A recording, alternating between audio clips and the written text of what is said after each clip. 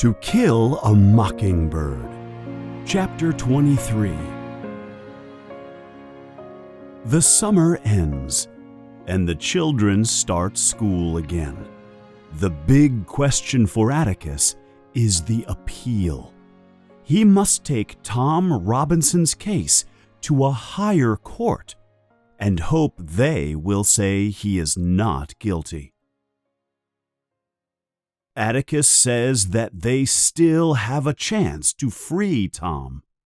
The jury decision is not the end, he tells Jim. We can ask another court to look at the case. Atticus explains that there are two things Tom Robinson has lost: his case and his money. The appeal process costs a lot of money and takes a lot of time. Jim is still very angry about the jury. He speaks about the unfairness of it. I thought the people in Maycomb were good people, Jim says, but they are bad to Tom Robinson. They are not fair. Atticus understands Jim's anger. He tells Jim that the jury is made of farmers and country people. They are good at working the land, but they are not good at thinking about justice. Atticus also tells Jim a secret about the jury. One man on the jury wanted to say not guilty. He was a Cunningham. He took a long time to change his mind. The news is surprising. The children remember Walter Cunningham's father, who was part of the mob that wanted to hurt Tom Robinson. This shows Jim that even in bad situations, there is still some good in people. The problem with Bob Ewell has not gone away. Ewell is still angry at Atticus.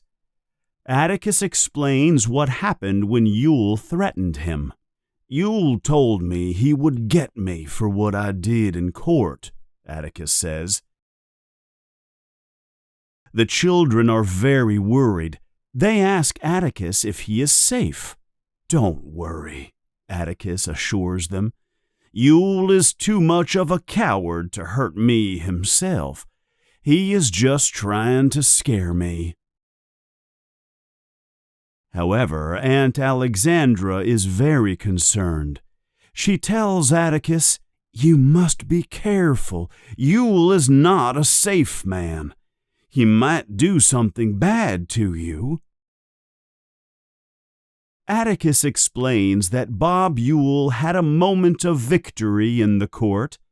Ewell told a lie, and the jury believed him. But Atticus took away Ewell's pride when he showed everyone that Ewell was an abusive father and a liar.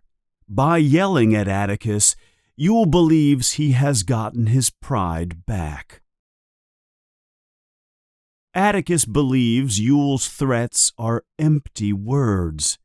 He has said his piece, and that's the end of it, Atticus says. The children, however, do not feel safe. They know that sometimes angry people do terrible things. Because of the trial, the children start to think more about people in their town. They think about the different groups of people in Maycomb. Jim says, "There are 4 kinds of people in this town. We are one kind. The poor farmers, like the Cunninghams, are the second. The Ewells are the third. And the black community is the fourth." Scout disagrees. She thinks people are simpler. Atticus tells them, "There is only one kind of people, really, Jim. People."